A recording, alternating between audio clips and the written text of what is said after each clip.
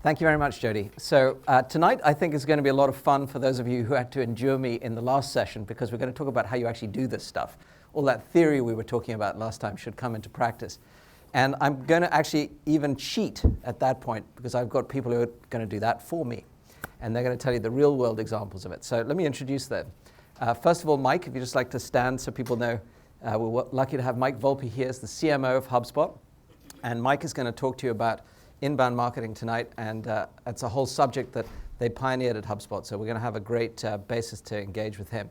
And then I'm also very happy to have Unidesk come back and tell us how they've actually managed to double their business year on year, 2 years in a row since they were last here, and talk about how they've built their sales and marketing machine to make that happen.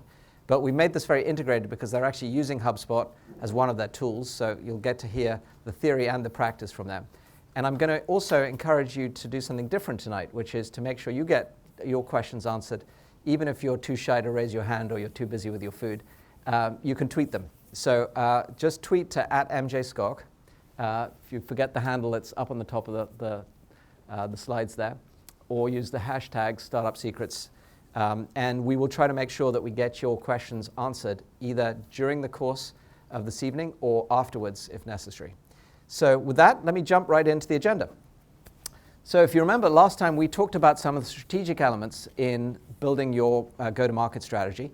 And in particular, we focused on brand and positioning, and then the key element of targeting and how do you actually segment so you can get focused on a group of people that are actually going to be receptive to your product or service. Now, the exciting thing about that piece is it's very general, but the problem with it is it's very general. The piece that I'm going to tackle tonight with you is much more specific. It's very tactical. It's in what is a marketing and sales cycle? What does it look like? What should you be thinking about? How do you drive to market? And what is it that you're going to be able to do to measure your results? Marketing is one of those fields that's moved on tremendously. And today, in fact, people talk about marketing as being the place that is probably most innovated in the enterprise. And for example, where more technology is being applied than even, for example, you'll see in the back office. So it's a great chance to get up to speed today on those kinds of techniques and think about it. And then we're going to talk, obviously, about some specifics, as I mentioned, on inbound, and one particular area that Unidesk is really good at, which is channel. And we don't often focus on this when we're thinking about building our companies in the early stages, but it's actually a critical piece of how you get a multiplier in your business.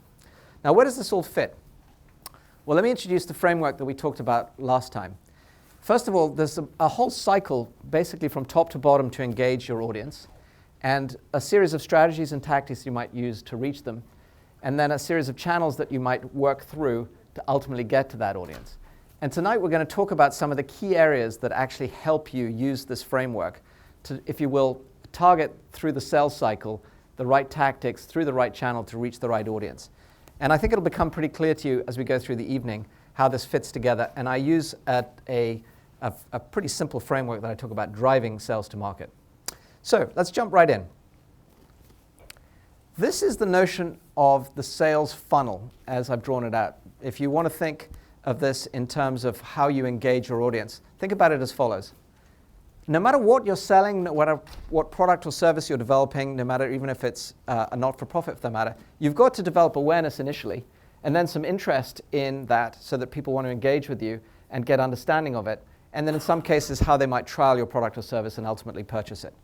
Now, you can come up with your own framework for this. I have no pride of authorship in this whatsoever. In fact, this was developed years ago in the form of ADA, for those of you who have a history on this, which was the beginning of awareness interest. I just changed some of the terminology, and the point is here, there is some cycle you're going to create, and you're going to learn what that is as you engage your audience. And as you develop it, the key thing is to try to understand who are you engaging and what are the things you need to do to work with them to take them from first meeting you or hearing of you to actually buying your product or service. So the first thing I want to remind you of is that we talked about a background to this, which is how do you actually identify your target market? Obviously, you've got a particular idea of who it is who's going to use your product or service. And then last time we talked about the minimum viable segment, which is coming up with customers who have the same needs so that you can repeatedly target them. And they don't, for example, all take you in different directions because they have different needs. And that was one of the most important concepts we talked about last time. So I want you to bear that in mind. Whenever I talk about segment, I really mean minimum viable segment. I'm really talking about finding customers who've all got the same needs. But the new term that I'm going to introduce you to tonight is actors. And it's one of the things that I learned in the hard way, which is you don't actually end up with one buyer. You end up with a series of different actors who are actually changing through the scenes or the stages as you go through the sales cycle. So what do I mean by this? Well, there are usually people who are responsible for writing a check for your product or service. And that's the economic buyer. Sometimes people talk about it. But they're very rarely the same person, unless it's a very small company, who's also technically involved, for example, in evaluating your product or service. So let's think about some of the examples of customer actors, as I call them. Visionaries are often very important in the early stages of a brand new marketplace. For those of you who remember when I brought Jeffrey Moore to the iLab, Jeffrey talks about visionaries and early adopters as being absolutely critical to new marketplaces. And these are people, when you're making a breakthrough, who have enough vision to understand that what you're bringing to them is something that they could get competitive advantage from. So they're extremely important. But visionaries very rarely are the people who are running the business. And so the next level down you probably want to get to are people I would describe as technocrats or operators. So for example, if you were selling a brand new NoSQL database, for those of you who know what that is, it's a new way of storing data that's used for web applications. You're going to have to probably go beyond visionaries and deal with people like the database administrators, the people who actually are responsible for keeping the data in the operations working, and then people, for example, who run the data centers. And so it doesn't matter whether somebody's got a vision for how they might use Couchbase, for example, one of our companies that's in the NoSQL market. They've won tremendous big companies like AOL. I can tell you at AOL, the visionary was not the same guy who was running the data center. The guy who wanted to bring them in to do new applications with them actually had to work with the data center and with, for example, the DBAs before they could get them into their organization. Now, there's one word here, but it might be many people, influencer. There are often many people who influence your sales and marketing, and that is something you have to figure out. You have to figure out, for example, whether you've got somebody who is very highly respected in an organization and who therefore carries a lot of weight. And it might not be based on their title. It might be based on, for example, they've just been in the organization a long time and they've had success introducing new projects before, in which case, as an influencer, you want to understand how you engage them. And then, as I mentioned, the economic buyer, who might be different, yet again, to the decision maker. So this person might be, for example, the CFO. This person might be the CEO in a sort of simple hierarchical sense. But my point is that every one of these actors is different. They have a different role, and identifying them and understanding what role they play in your sales cycle is extremely important. And by the way, they're probably going to be different as you move through this. For example, right at the beginning, getting awareness, you're unlikely to get the CEO or even the CIO, whatever it is, of a major organization to be looking on a day-to-day basis for brand new technologies, unless they're visionaries. But I'll tell you that those are, if you put the Venn diagram together, often null sets. You usually get people who are actually using the product somewhere in this sort of area who are running into problems saying, what can I do to solve my problem? And what is it that I can find out there that might be a new technology to solve it? And some of those emerge as people who ultimately are visionaries. And so at the beginning of the sales cycle, you're probably going to be looking for these people who have the vision, who can really engage with you, can help, if you like, establish some basis for you to bring into the organization. And as, of course, you get down to things like trial and purchase, then things like the economic buyer and the decision maker become really important. And the person who owns the budget and who actually is responsible for implementing it become really important. So my point to you here is, as usual, I'm not trying to suggest that there are any answers here, but you have to think through and split out who's got what role in your process. The key word I want you to walk away with tonight is DMU.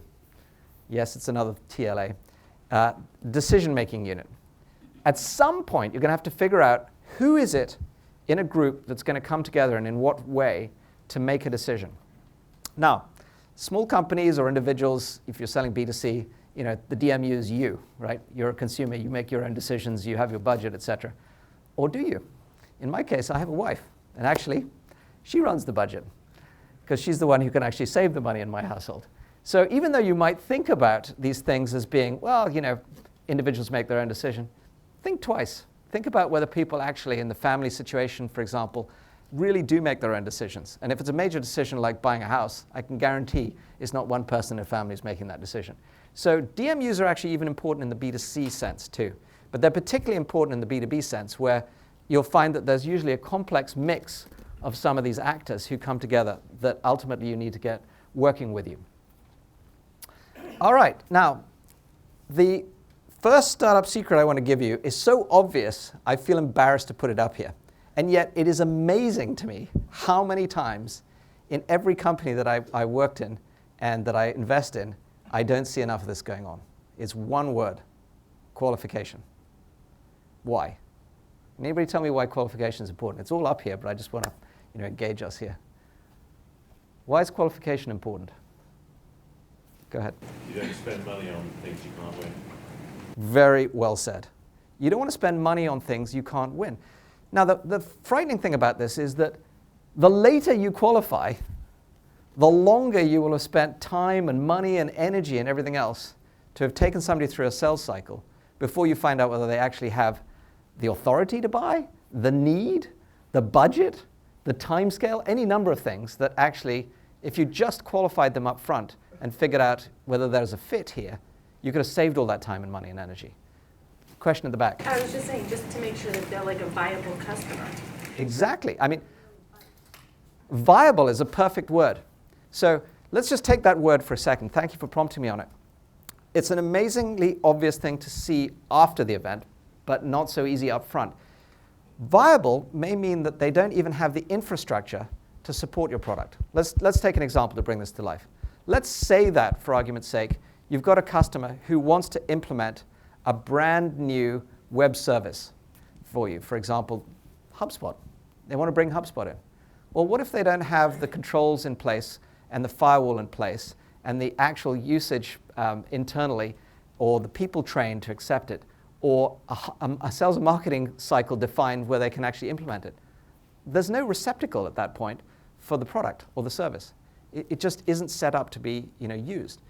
So viable can mean just basic things like the ability to actually implement your solution or your product. So thank you for bringing that out. So the reason I want to bring this out is as follows. The earlier you can qualify, the more you'll save in dollars and time and energy up front. And qualify often, because things change during the sales cycle. If you have long sales cycles of 3 to 6 months, certainly in big organizations, lots of things can change.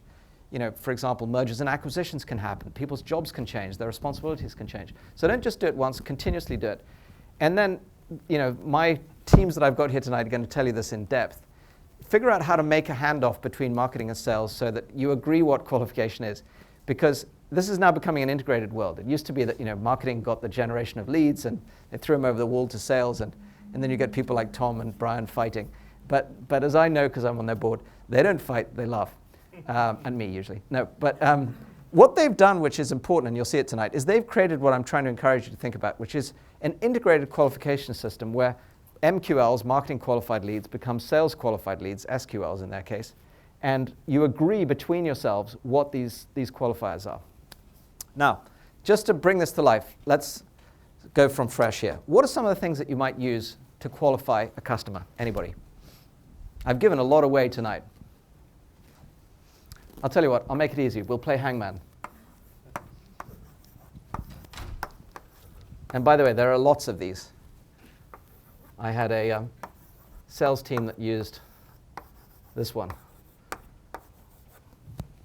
Okay, what might M stand for? Money. Good, okay. I knew we were at Harvard. What about A? Authority. Wow. This is going to be easy. Why is authority important? Go ahead. You need to be able to sell it internally. Yeah, very well said. Yeah. Very well said. You need to be able to sell it internally, even if you get it purchased. If it doesn't get rolled out by somebody with authority to actually get it deployed, you're not going to get any repeat business, for example. What about N? This is a pretty fundamental one. Need. Absolutely. What's the need? And we've talked about this lots of time. The more painful the need, the more urgent the need, and this is all back to the value proposition questions that we had in that workshop, the more important, obviously, it will be. And you can qualify that in lots of different ways. For example, how pressing is it in solving the particular problem that it's addressing. What about A? We just had that one, actually. Somebody else used a different term for it. See if anybody was listening. Well, you said viable, but it's ability. In other words, do they have the ability, and is this solution viable in the particular organization? So we've already covered that one, I think, quite well. What about C? I'll give you a clue. Do we exist in complete isolation of everybody else? Competition, thank you. Why is that important? According to most entrepreneurs who pitch me, they don't have any competition.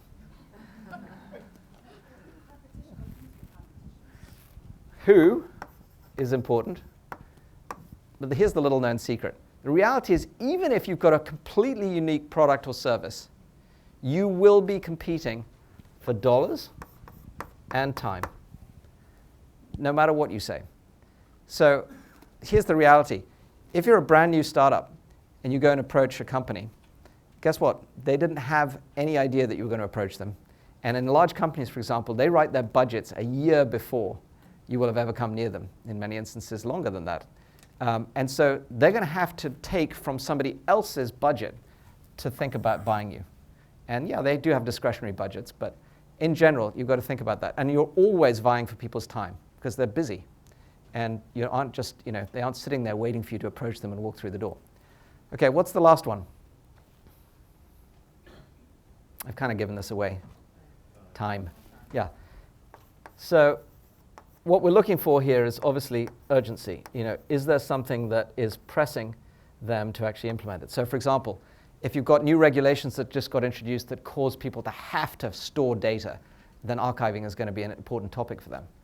But if you approach them when, archiving is just an added cost to their infrastructure, it's not going to be urgent. In fact, they're going to want to be doing things on the transactional side, not on an archiving side. So you've got to think about those things, and you've got to find ways in some instances to surface the needs, because sometimes you're selling to people who have latent needs. Again, we talked about this in value prop class. And if you can help them understand what those needs are and actually make them realize that they do have a problem, then you can move the timescales.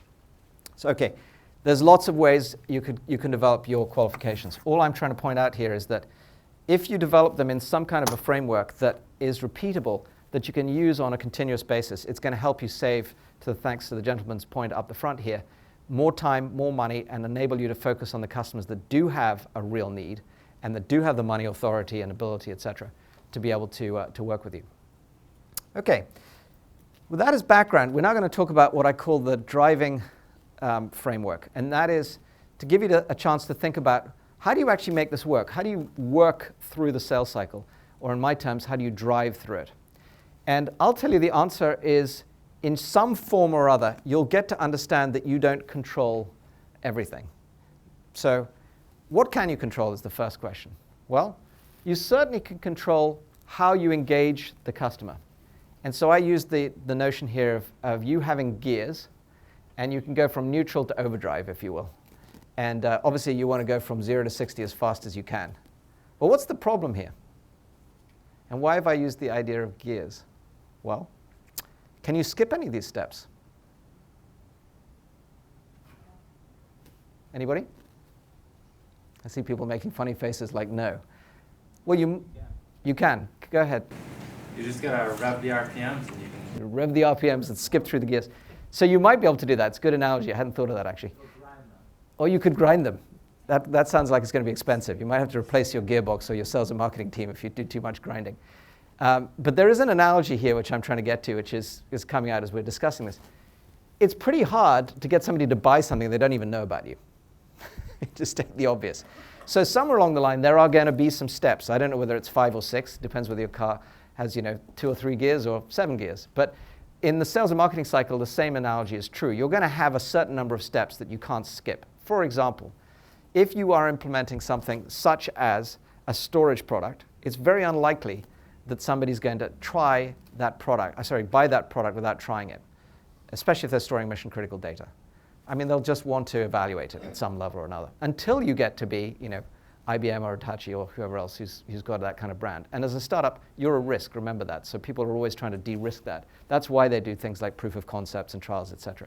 So the point here is, you do control what you do in this stage, but you're going to have to figure out what are the steps that logically you can make customers move through. And if you're smart enough to figure out how you can skip some of these steps, that's great. So I'll tell you, Unidesk might even bring this out tonight. In fact, let me jump to it.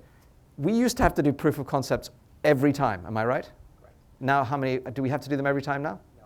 So what percentage can we skip now? If you look at it holistically, probably 60% of the time you can skip it, but if you start to look at larger transactions, those might be a little bit higher touch, but can be easily influenced by the channel. Okay, so for those of you who couldn't hear all of that, a couple of years ago when Unidesk was here, 100% of the time we had to do proof of concepts. In other words, we had to have this trial. And to the point the gentleman was making in the back, we've now got revved up enough that we actually have enough of a reputation that 40% of the time we can skip them. And we're using the channel to be able to help us through that. So they're providing some credibility because they've got used to proving our value proposition enough. They can tell the customer that it's okay to skip this step and they can go straight to purchase. So developing that understanding is very important. And all I would say is, again, there's no one answer. You've just got to develop your own understanding of it. Now, the customer, unfortunately, controls the accelerator, the brake, and the clutch. That's the bad news. So this is kind of like teenage driving, where you're trying to bring your kids to the understanding of how you actually should drive and control, but they're sitting in the driving seat, unfortunately. So you've got to figure this out because it's honestly the case that the customer controls very much of the sales cycle. Let's go into this in a little bit more detail. In gears, what we're trying to do is we're trying to find a way to build momentum. The more momentum you can get and the faster you can get customers through that sales cycle, obviously the cheaper it is, the more you can do. The trouble with engaging new gears is that you can only do it when the customer allows you to. And what I mean by that is as follows. If you try to jump them from understanding to purchase before they really understand what you do, you're actually going to piss them off. You're going to find that they're actually jumped to, for example, a place where they don't really understand how to implement what you're suggesting. They haven't fully trialed whether it can scale, for example, at the level they need to. And so if you push them to a purchase, they're going to say no. And at that point, you probably lose some momentum with them because they have to go back again and re-engage with you on understanding. So that's why I say that the customer owns the clutch, and you have to really listen carefully to whether the customer is ready to move from step to step. And if they're not, don't push them. Let them put the clutch in. And really, I see that mistake made a lot. It's important, therefore, to try to come up with metrics, and HubSpot, I'm sure, will give you some examples of how you can do this, as to how you measure whether customers actually got through that sales cycle or through that particular step. Well, once they have actually got through it, obviously then you want to move them to the next gear because you don't want them to be over-revving and sitting there, churning around. If they've fully understood your product and they're waiting for that next action, give it to them. Put them into the next gear and move them through it. But let's be clear about what they control.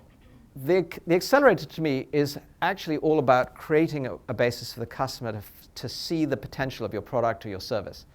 And in the next class we have on products to companies, I'm going to talk about this acronym that I call SLIPPERY, which is how do you create products that are really friction-free, that makes it really super easy for your customers to engage with you, that accelerates through the sales cycle. Luckily, Mike has an example of one he's going to bring out tonight, which is the HubSpot Grader. It's actually something that sort of fairly famously got them started. And it's things like HubSpot's Grader that can actually give you a basis to accelerate your customer through the awareness, interest, and understanding by making it very easy for them to work with you, to touch on you. Now, what are breaks? Well, to state the obvious, breaks are things that come on when the customer says, wait, I don't understand what you're selling me. I don't understand how this works. It isn't meeting my need. It feels too expensive. Or I don't understand how, for example, it's actually fitting compared to all the competitors. And why should I use you versus, the safe choice that is, whatever it is, Google, as opposed to, Google Analytics versus HubSpot. And you have to answer those questions. I mean, otherwise they're going to put the brakes on and say, no, I need to do that evaluation before I move off it. And then the clutch, as I said, is something they just engage anytime they're stuck, when it's not clear what to do or there isn't a call to action. And just to simplify it in the simplest, down to the basic level, always think about what is the reason the customer is going to move from step to step. If you haven't given them something, some basis to do that, they're going to put the clutch in and you're going to just sit and idle. So give them a reason to move from step to step. Encourage them with an incentive or a promotion or some reason, for example, to touch another customer who's already using the product. Maybe find them a reference that they might like to see is being more competitive than them, and so they feel like a competitive juice is turned on. Oh, I don't want to let my competitor run away with this product if I'm not using it, and they're doing better things. Okay, with the driving metaphor in place, I'm going to start to connect to some of the other workshops we have. And if you haven't seen the workshops on, for example, value proposition, you're not going to know what I'm talking about when I say gain-pain ratio. So I will just tell you, you can find them all up at startupsecrets.com. Just go to value proposition. But the essence of it I'll give you tonight is as follows. There is always a set of things that are going on in your customer's mind you have to bear in mind. The first of which is, what is the gain you're bringing to them? Are you, for example, going to increase their revenue, which is always the best gain? Or can you save cost for them, or reduce time, or, for example, help them save people, or give them competitive advantage, which is often a key early market thing, or something else, improve their reputation, and many, many other things. And on the other side of things, whether you like it or not, and this is the thing that most startups forget, there is pain associated for the customer in engaging you. For example, just finding you as a startup can be a challenge, especially if you don't do a good job of your inbound marketing. Then trialing you costs money. Buying you obviously is very, very much a part of the consideration.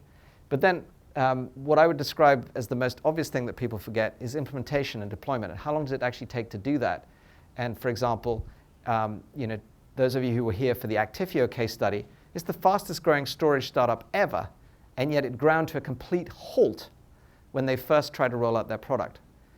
For those of you who weren't here, I'll simplify it and tell you this. They were trying to sell software to manage virtual storage and solve this copy data problem. But the buyers were used to buying storage products, and that meant to them boxes, things that they could roll into their data center. And so we were giving them one thing and they were expecting another, and guess what? That impasse was causing them to just see pain in trying to implement. And it just obviously needed a repackaging. It needed to be put together into a whole product, into a solution that they could just plug in. And we had to change to actually deciding that we would include the storage and everything else that was necessary to make it easy for them to trial the product and then to roll it out. So these things are all considerations that you've got to think through. And the one thing that I point out in the class that I won't take you through in detail now is that at some level there's got to be about an order of magnitude gain-pain ratio improvement as a startup to overcome this, which is the inertia or risk that you are always going to feel as a startup. Because basically startups are a risk. I mean, 1 in 100 really breaks out as successful. 1 in 1,000 really becomes a 10-year successful venture.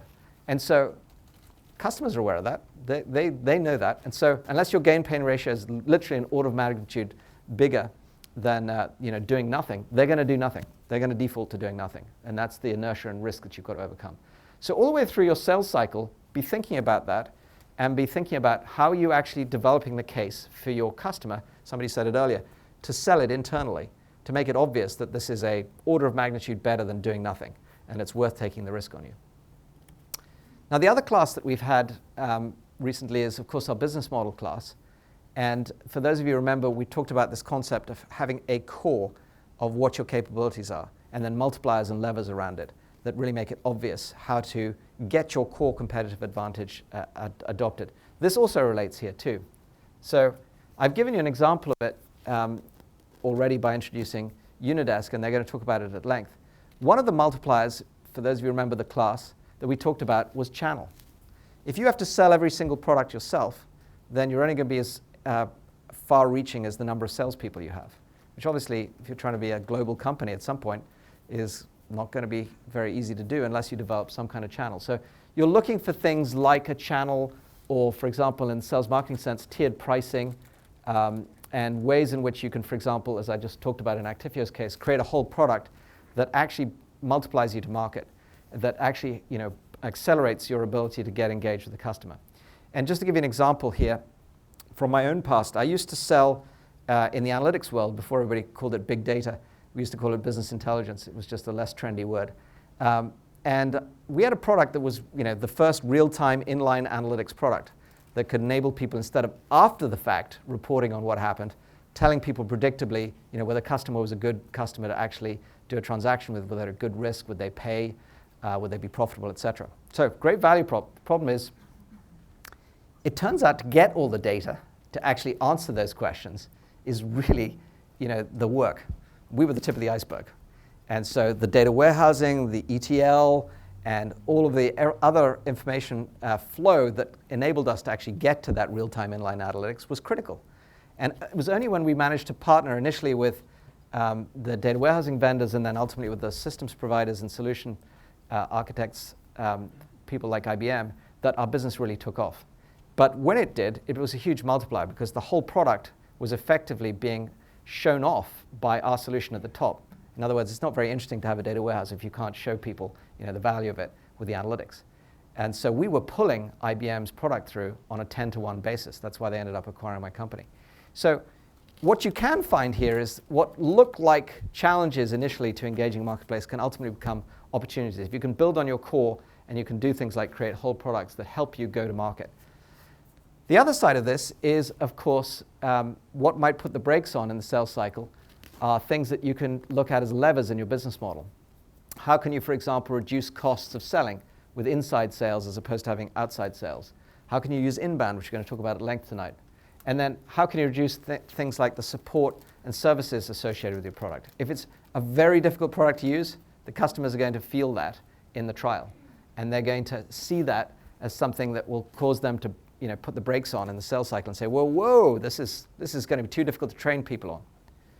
Now, one of the things that people most overlook there, so I'm just going to point it out, is training, the human element. So even if you're in the technology business, the reality is if you go into an organization and you want to get them to adopt a new, let's say, ERP system, your Workday, and you just decided you're going to introduce a SaaS solution. It's a hugely successful, highly valued company, but I can tell you, no matter how great it is, they will have had to have worked through training people on how to use it.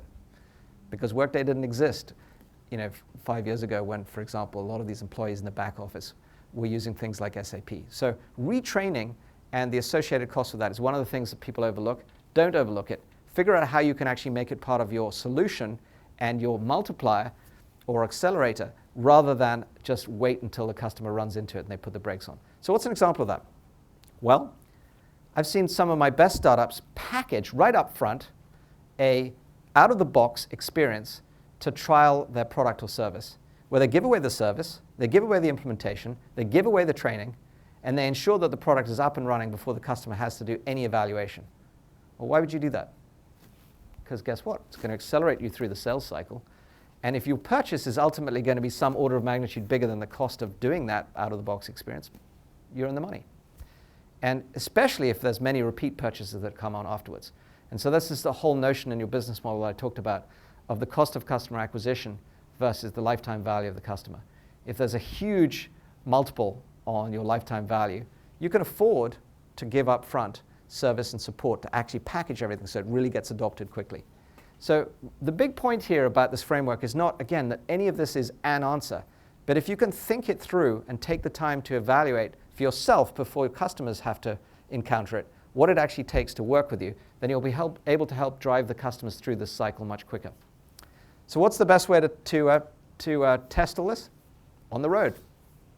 And I'm not going to take you through this in detail because we're going to have examples about it tonight. But when you road test it, obviously just like you would a car, you're going to test the brakes and the clutch and engage the gears and everything else. Do the same thing. I really encourage you to get friendlies, if you can, to go through your sales cycles, to go through your marketing experience, and try to get them to give you feedback, just like everything else. Today you can do fantastic things. You can use HubSpot or tools like Mixpanel or goodness knows what to measure every step in this, especially if it's on the web. So why not do that and try to test each component of your model. So we've covered, I think, the hardest part of this, and it's what I would describe as the sort of organizing principles on which you've got to think through your go-to-market. But the most important part is how you actually measure it, because as I'm starting to say, if you really don't know how much it's costing you, for example, to take a customer from top to bottom, then you don't know how much you can afford to actually invest in things like, as I said, that out-of-the-box trial or experience. But if you can measure every step and figure out how much time it's taking, how many people are involved, what other resources are required, and you can start to understand the conversion rates that are coming into play when you put on the accelerator and apply new gears, then good things can happen. So how do we do that? Well, think about this graphic. You've got lots of leads coming in. That's obviously marketing's job. And Tom's going to talk to us about how easy that is. And obviously, if you're not doing a very good job, you'll only get 1 or 2 customers out. Our goal is to get to the place where we can figure out at each step what time and resources involved to go from one step to the next. So for example, how long does it take people to go from being interested in your product to actually understanding it enough to engage you in a trial? And if you can say, well, it was taking a month, but by investing, for example, a little bit of extra marketing material that explains to them how they might try it, a manual or some, for example, videos that can give them a quicker experience to engage you, we're reducing it to a day. Well, then obviously that's worth investing in if it only costs you, a few thousand dollars, giving away my heritage, a few $1,000s here to do that, and you're selling, hundreds of thousands of dollars worth of product. So what we want to do is ultimately measure all the way through, and then here's the fun part. Get this working in a real flow. So it doesn't feel like it's a step-by-step thing, but it is seamlessly linked. Every one of these steps leads to the next step. It's obvious for the customer what the next step is, and it doesn't feel like it's, sort of a stop-start process, just like, that teenage driving experience that I said. But it really feels like it flows. And the real startup secret is to reverse engineer it. In other words, if you know that for 1 in 10 leads you get, you're going to get a conversion to purchase, and Unidesk is going to take you through this with some real-world data, then you know that if you need to get 10 customers in a year, you're going to have 100 leads, to state the obvious. And you just need to think through this with enough sense and sensibility around the time and resources you're putting into it to understand whether you can afford to keep investing in your cycle or whether it needs to be developed, rethought. So in other words, if you're continuously investing in your sales and marketing, but it's not increasing your lead flow and you're not getting better conversion rates, clearly something's not working. You've got a blockage in the funnel, or you've got a problem with your sales and marketing tools, or your approach is somewhere stuck. And you've got to obviously figure out where that is. But if by contrast you're starting to get a flow and you really can get a closed loop, which on the web, for example, these days you really can, and HubSpot will talk to you about that tonight, then guess what? You start to see conversion rates that are predictable and that actually make it profitable to acquire customers. You come to people like me and say, write big checks, because we can see this business is going to work. We just need to put more money in, more fuel in the tank, and we can drive faster. And that's what it's really all about. Now, the good news is, since I grew up at least, the web really has changed everything. And it really is possible these days to measure everything in a very closed loop way and to basically reduce the cost of pretty much everything. I'm shocked today to see how much can be done, for example, online. And my assumption that I would start with if I was starting a business today is that everything could be done online. And if you think I'm crazy, I am seeing companies sell millions of dollars worth of software online. In fact, the fastest growing company in America in the software world in my portfolio is Acquia, and they sell everything online. And for years, didn't even have an outside sales force. Now, I'm not saying that's the only way to do things, but I can tell you that the principle that they had was, we'll do it online first, and if it doesn't work, if we really have to get somebody in the field, then we'll figure out how to do that. But the beauty of doing it online is, virtual webinars or, sales cycles, et cetera, you can measure every touch point. And so that whole, if you like, reverse engineering that I just talked to you about is genuinely possible. Now, I said it changes nearly everything. There are some real negatives with it, and people forget these, but I'm going to point them out to you. Everybody is also only 1 click away. So, you can get distracted from a webinar at your desk in about, a nanosecond if, I won't say what comes across your desk, but, it's also true that your competitors are also only 1 click away too. So you've got to expect that. You're going to expect people are going to put 2 browsers side by side and start doing things like feature comparison. And if you get smart, guess what? You'll do it for them. You'll actually show them, exactly what they're going to see. And you'll think about those things in advance. You won't just, assume that it's their problem. And then ultimately, this is an obvious thing I will say from just my personal experience. The web changes everything except that ultimate personal touch. And I do believe there are some businesses today that will be advantaged by people who forget this. In other words, the companies that decide that they're going to differentiate themselves around a high-touch customer experience outside the web can very distinctly do that. So think about this for a second. Some of you know Zipcar got bought. Zipcar was an entirely web experience, but now since they've been purchased, they're trying to figure out, oh, how can we get the best of both worlds? There's some interesting things going on there to improve the benefit of being a true sort of multi-channel experience. E-commerce, in my opinion, is totally the forefront of this. People expect today to be able to go online and see product comparisons and everything else. But guess what? They often do that as an experience initially to evaluate the product, and then they go into the store and buy the product. And if the experience in the store is horrible, clearly they're not going to buy the product. But if it's great and it's totally integrated and they've already known, for example, that you've already done the comparison, and they can say when you walk in and instantly through iBeacon or something say, oh, hi Tom, thanks for coming in. I see you did a comparison online. Here are the 3 products you looked at. This seems to be the one you were most interested in, but would you like to compare it to these other 2? That's going to help them sell. So this omni-channel notion in e-commerce, for example, and in many other areas, I think is the real potential for how the next generation of marketing and sales is going to get done.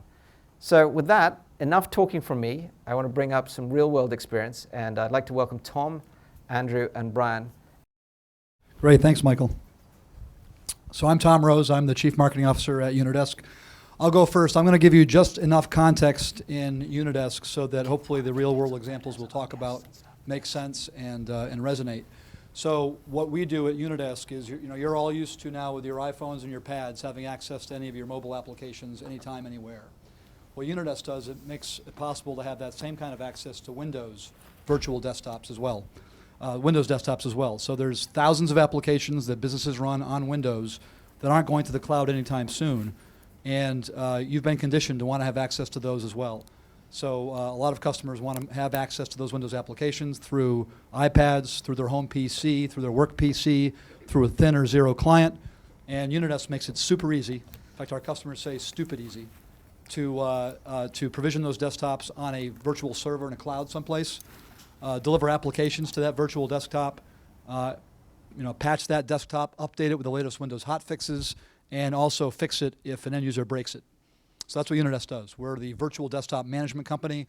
We're really pioneering the new standard of desktop management for virtual desktops, replacing a lot of those old PC management software packages that are currently being used today to manage physical PCs. So we're going to talk about, Michael talked about how to segment your audience, how to figure out who do you sell to. And one way that kind of really clarified for us who our target should be and who we should sell to was when we kind of looked at Simon Sinek, who's a noted author. You've probably seen him on TED TV. He's a leadership consultant. And he talked about find customers who believe what you believe in. Talk about your beliefs, not what your product does. And he used as his 2 famous examples, obviously Dr. Martin Luther King, who talked about his dream. And he got people to follow him because they believed in what he believed in. And of course, his other big example in business was Apple. And if you remember back 30 years ago when Apple had their Sea Change commercial, they were selling individuality. They were selling personal computer, but it was really about, how do you divorce yourself from the mainframe computers where you're all the same. They were selling individuality. And now if you look at 30 years later, with their latest ad campaign, you guys have seen what's your verse? How are you going to make your mark on the world? The iPad doesn't come in until the very end. They go on for 2 minutes about how you're going to make an impact in the world. How are you going to create and be creative? So they're really selling to what you believe in. And of course, that's what creates zealots. That's what creates people who are just fanatical about your products. And you've seen that with Apple. And Unidesk, we're fortunate to get that same kind of radical support for our products because we're really driving what we believe in. And so what we believe in, this is actually, and Brian's going to talk about this, his team leads off every sales presentation that we do, which is typically online, with our beliefs. And we have posters on our wall across our company that talk about these beliefs. And when it comes to business desktops, what Unidesk believes is it should be really easy to manage desktops. You shouldn't spend your life patching PCs, delivering applications, fixing broken desktops. It should be super easy and super fast. So when you think about that, you think about, well, who else shares those beliefs?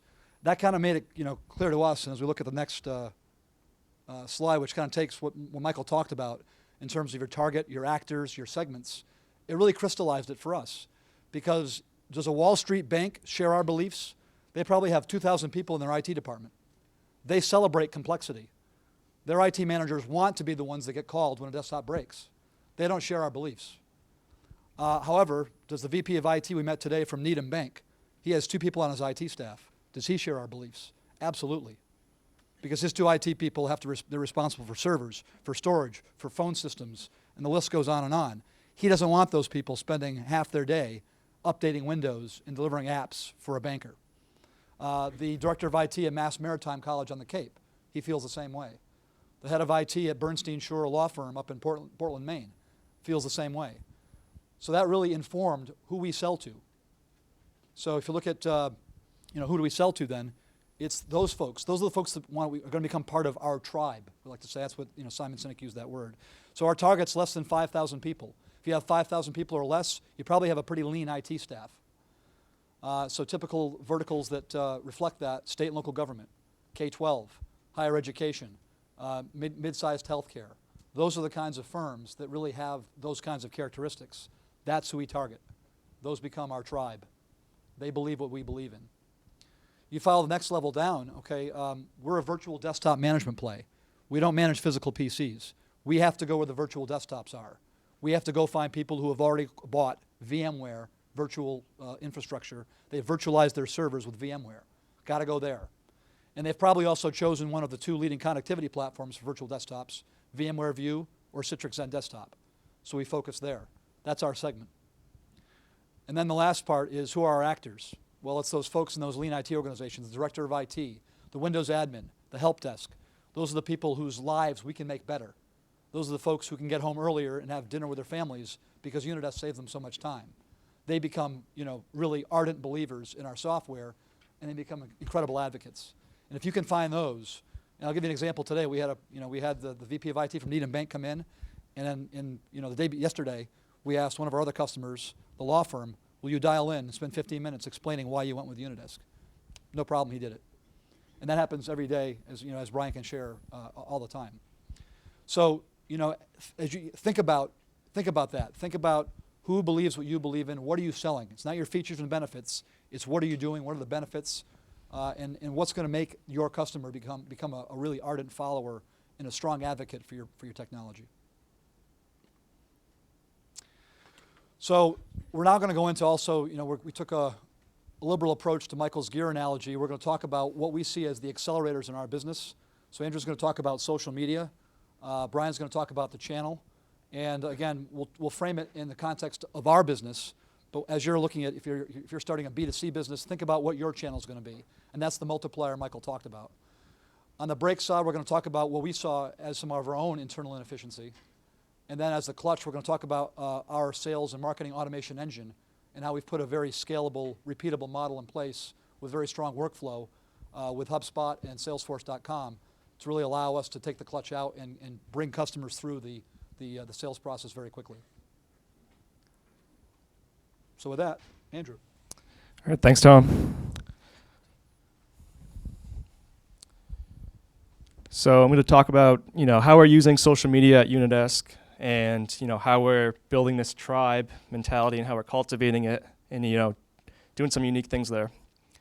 So actually, I want to start with one of the things that we see that's kind of common, kind of a misuse of social media in different companies, is they treat social media as kind of this island that exists in their company. They hire a social media intern, or they might hire an entry-level marketing person and say, hey, go do social media. And it's kind of the wrong approach.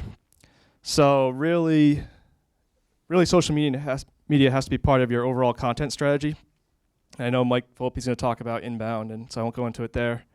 But this is really kind of critical to how you push out social media content and how you kind of engage your users. And then kind of taking this one step further, social media really needs to be part of your company culture. And actually, one of the things that when I was looking at joining Unidesk, one of the things that impressed me was all of our executives are on Twitter. They're constantly tweeting. This goes across the board from Brian, Tom, our CEO, our CTO and founder. They're all putting kind of this personal touch behind our brand. And that goes such a long way, especially when you're an early stage startup and building this advocacy and building this tribe mentality. So once you kind of build this core and you kind of have this foundation that you can spread across social media, that's when you really start to see your customers kind of believing in what you believe, and they kind of can extend your reach on social media out. So as kind of Michael talked about with qualifying, you have to kind of do the same thing with qualifying on which social networks you're going to spend your time on. There's so many social networks out there, and they're constantly adding new social networks every day. You really need to, kind of think about where your customers are, and do they actually want to be engaged on that channel? So a good example of this is, we sell to IT people. We know they're on Facebook, but they don't necessarily want to hear from Unidesk on Facebook. They might want to follow our company and get our updates, but they're not really willing to share our content out on Facebook because, their friends aren't necessarily in IT and they don't really care about desktop virtualization. If you're a B2C company and you have a highly visual product, Pinterest is probably the right platform for you. Or if you're a travel company and you're seeing an uptick in China, and the Chinese, because of the boom in their economy, the young Chinese are traveling. Baidu is probably a great place to spend your time. Baidu is basically the Google of China. When I worked at a company 5 years ago, they were building a social network for foreign currency traders, and two of our big markets were the Philippines and Indonesia. And at the time, Facebook wasn't big in those markets. So we went out, did some research, and we found that High Five, you guys probably don't even recognize that. That was a big channel for us to find new users.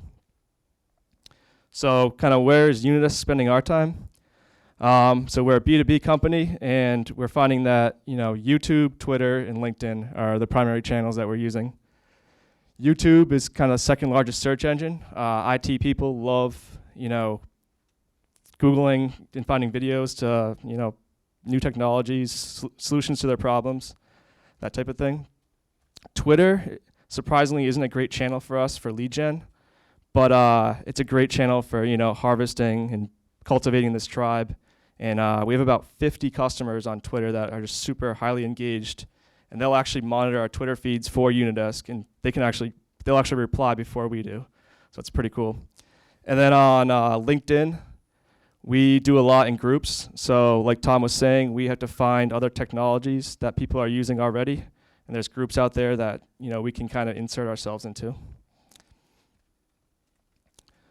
So where are we seeing the benefits in social media? The two obvious ones are building brand awareness and generating leads. And then kind of the other two are cultivating this tribe and really starting to reach out to influencers. And I'll show examples of this in a minute. And then when you're kind of getting started in social media, you need to kind of think about, going back to kind of qualifying, and the cost of social media isn't necessarily a monetary cost, but it's your time. So do you have the time to really spend and dedicate to social media? And going one step further, if you're starting a company, you need to think about, should this be really part of our company culture? And, or if you're joining a company or you're in the marketing department, how do we make this part of our culture? And then, finally, do you have, a passionate user base, and can you leverage your customers? Is the final piece. So now I'm going to go through 3 examples of kind of cool things we've been doing. This is a tweet by Sanjay Poonen. He is the head of end user computing at VMware, and he's actually kind of the main guy we need to influence there. And Tom talked a little bit about how our relationship with VMware. So VMware and Citrix are the two big players in the desktop virtualization market. And we have this kind of interesting relationship with VMware where we kind of compete on one level, but at the same time, for every license that somebody buys of Unidesk, they also have to buy a license of VMware. So we kind of have this, like we say, frenemy relationship. But every year we go to VMworld, which is VMware's largest trade show, and we actually staff our booth with our customers. So our customers, we don't pay them; they're happy to do it. They hang out in our booth, they give demos, they talk to, if somebody from higher ed comes over, we have a higher ed customer that can talk directly to their own experiences. So Don Bulens, who's our CEO, he's Grouchy CEO on Twitter if you want to follow him. He talked to Sanjay, and Sanjay tweeted this out. And right away, we had 5 of our customers reply, and 2 of them were in the booth and said, hey, we're happy to do it. And the other 3 were actually from all over the world. Pete Sayers in New Zealand, and 2 of those guys are in the UK. And they said, hey, if we were there at VMworld, we would have been happy to do it. We love Unidesk. And what's pretty cool is 19 retweets and 5 favorites. This is actually one of Sanjay's most popular tweets, and he has like 3,000 tweets, which is kind of crazy. Andrew, can you go back to that for a second? Yeah. Just to add additional commentary here, I mean, back to understanding what your customers or your partners believe. What Sanjay believes and what's most important is that people are successful deploying desktop virtualization.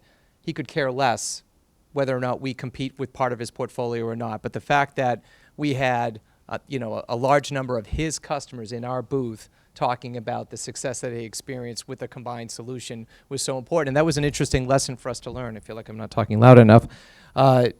Is that we started to shift our strategy and tried to sell along the beliefs we share about joint success for our common customers, as opposed to depositioning against VMware's solution set. So trying to make our light shine a little bit brighter by calling out and exposing the flaws in their solution set.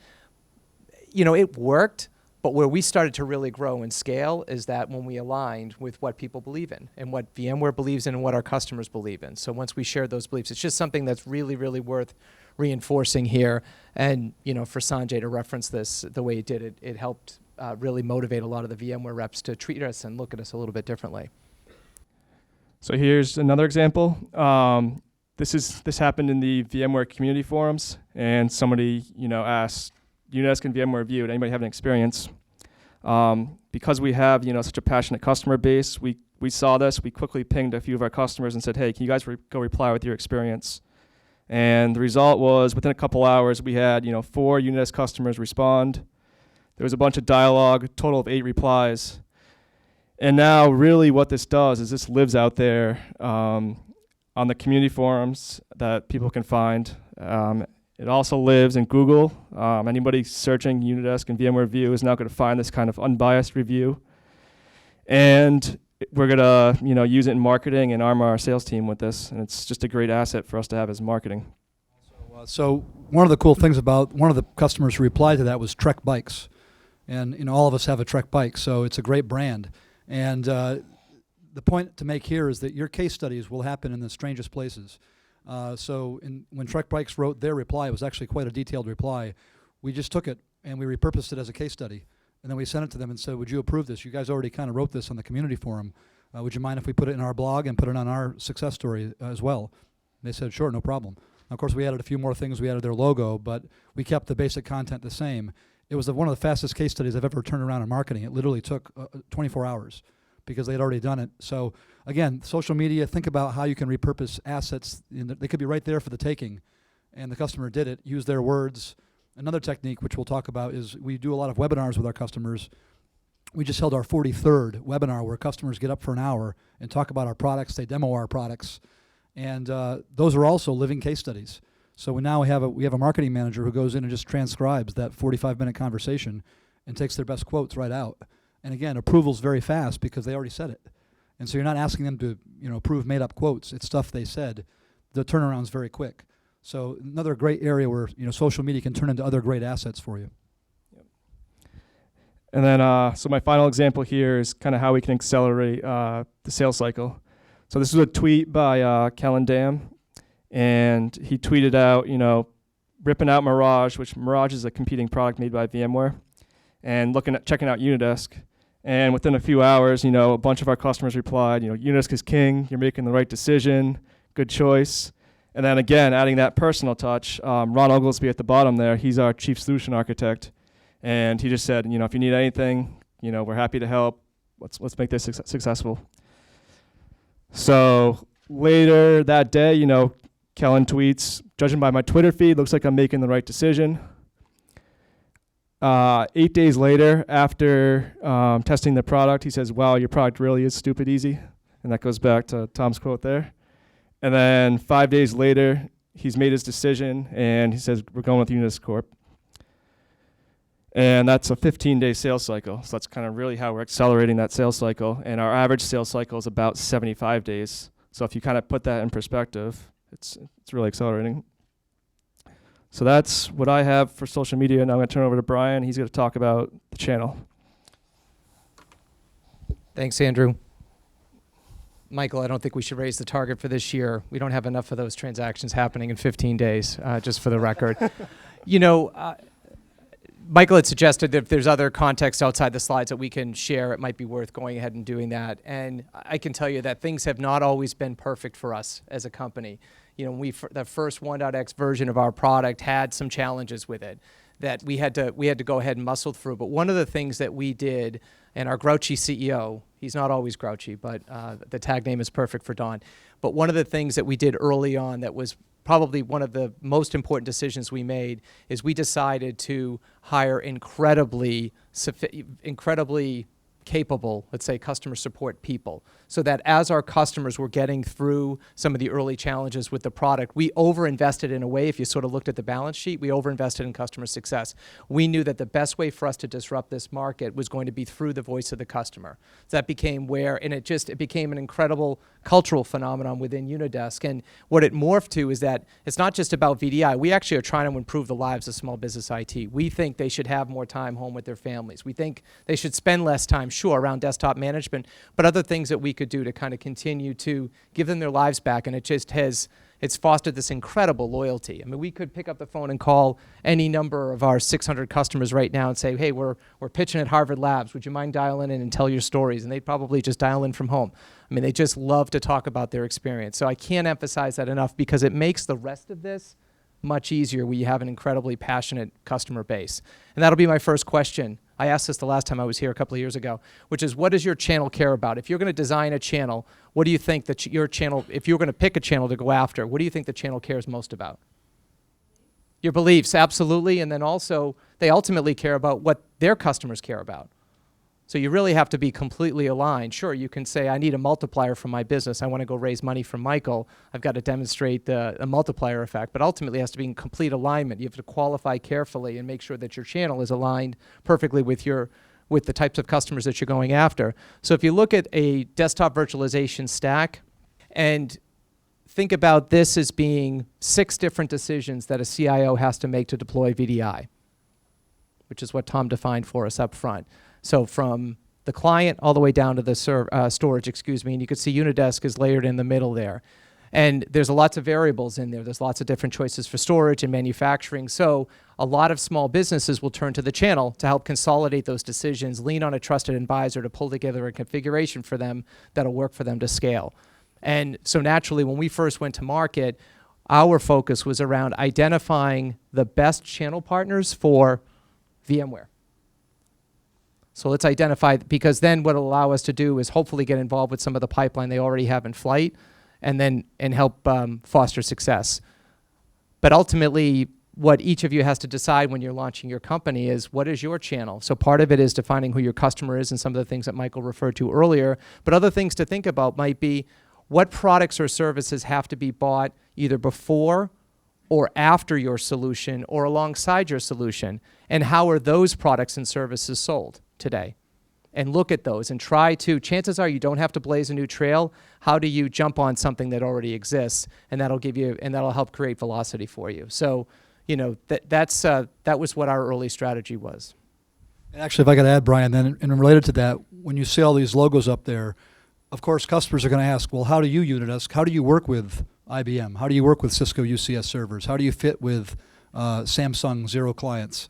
So, we have a lot of solution briefs. That's going to inform, when you pick your channel, that's going to inform what kind of tools, what kind of assets you build, because people want to see Unidesk working well with all those other logos. So we've got a number of solution briefs that, there might not even be any great integration between them, but if you can at least tell a story and then have a customer that's chosen both of you and reference that, and maybe have a landing page on your website that talks about, your product with those other products up there, that'll go a long way to help short-circuiting and getting through the process faster. Good point. So it is all about ultimately building for leverage. So for us, in addition to focusing and have an incredible focus around making our customers successful, we also wanted to create the ideal product experience for customers, not necessarily comparing us to another software company, but compare us to Apple anybody else who creates a great product experience that motivates customers. And it's really paid dividends for us, not only as we engage with customers directly, but also in motivating channel partners to work with Unidesk. So as an example, we close 1 in 4 of our demos. We close, which are the online demo experiences. We close 50% of our pilots when we do pilots, and we create incredible what we call drag for our solution partners. For every $1 of Unidesk that's spent, it creates a 10x drag for them on infrastructure opportunities per the first slide. So this becomes an incredible catalyst for and motivating for channel partners. And the good news, of course, again, I kind of hinted at this earlier, is that if you're going after a specific segment of the market or a specific set of partners, the partners generally know where the deals are. So again, define your channel, again, what products or services are sold before or after your solution, and there's a pipeline for you to take advantage of. So, the good news with the partners, we talked about how do you skip gears. First thing I was thinking of, the channel will help you do that. It will absolutely help you do this. There's it's not the best terminology, but, one of the things we sort of talk about internally is how do we hijack deals in flight? Because chances are with VDI, which can be a longer sales cycle if you're starting from scratch, but if you find the folks that are beyond the understanding phase, it can be relatively quick, which is what the channel allows us to do. Yeah, so we'll tag team these last few. So, we looked at what are the breaks in our business, where do we get stuck? And one of the areas we found we were being inefficient was we had a very manual, labor-intensive process for following through with our leads. We'd identify leads. Our sales team would spend a lot of time trying to call people, wouldn't get them, a lot of voicemails. A lot of times people weren't ready to move to the next step. As Michael said, they weren't ready yet. They hadn't raised their hand yet and said, I have budget. Maybe there was interest, there was no budget. Maybe they didn't have approval authority. So all the things we talked about here, they might not have been there yet. So we were getting stuck. So what we've done in the last 6 months is we've built, with a lot of custom effort, led by our CTO and founder, Chris Midgley, who's done a lot of this work really himself. We've taken HubSpot as our marketing engine. We've taken Salesforce as our sales engine.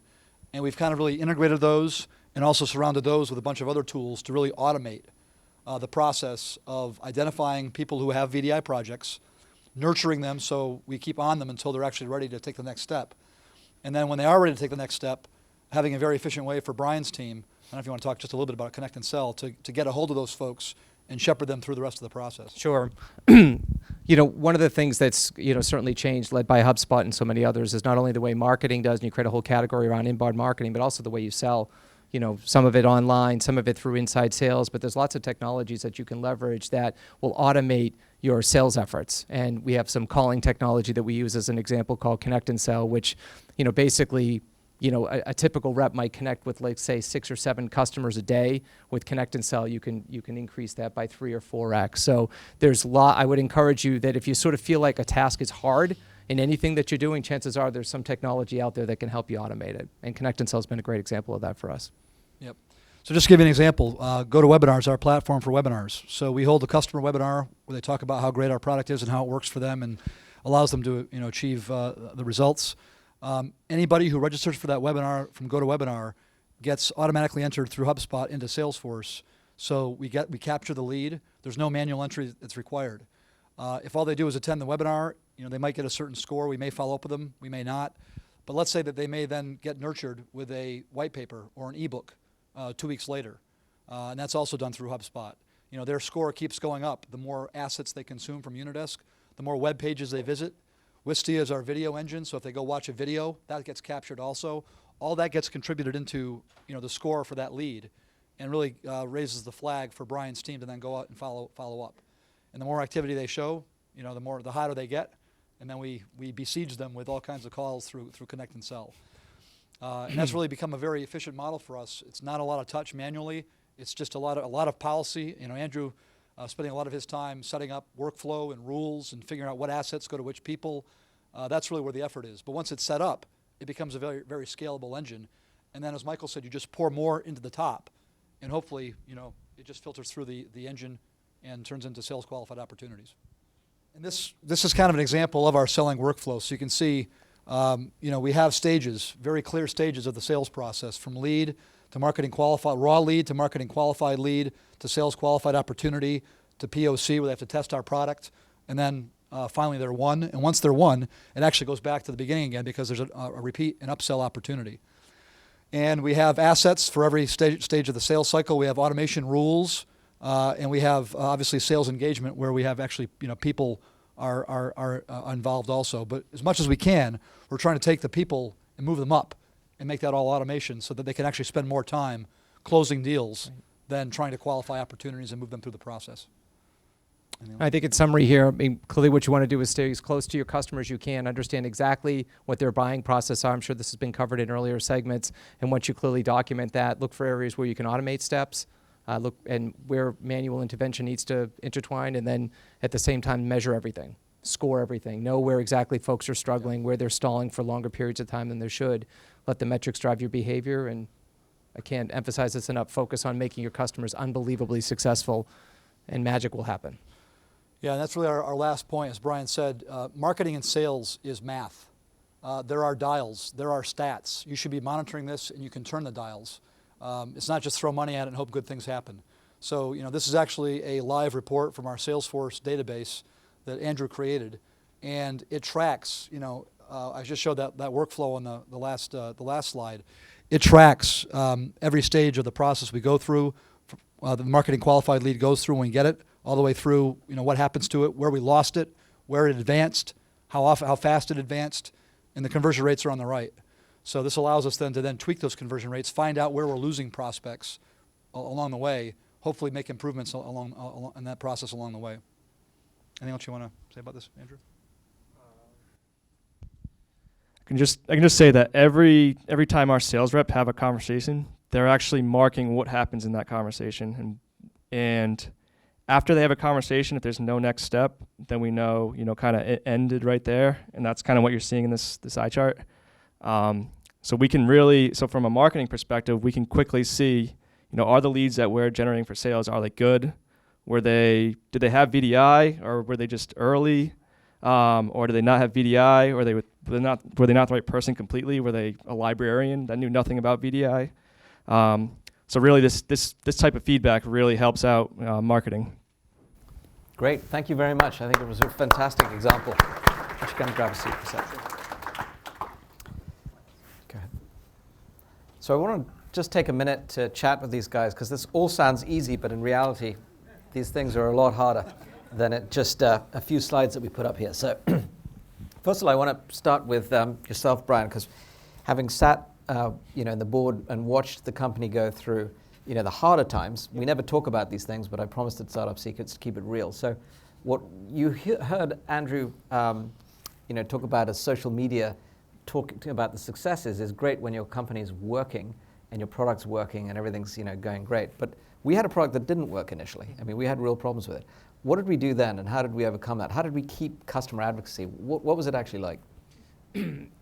I'd like to suggest to everybody that we didn't lose the faith along the way, but there were some moments where it was highly stressful.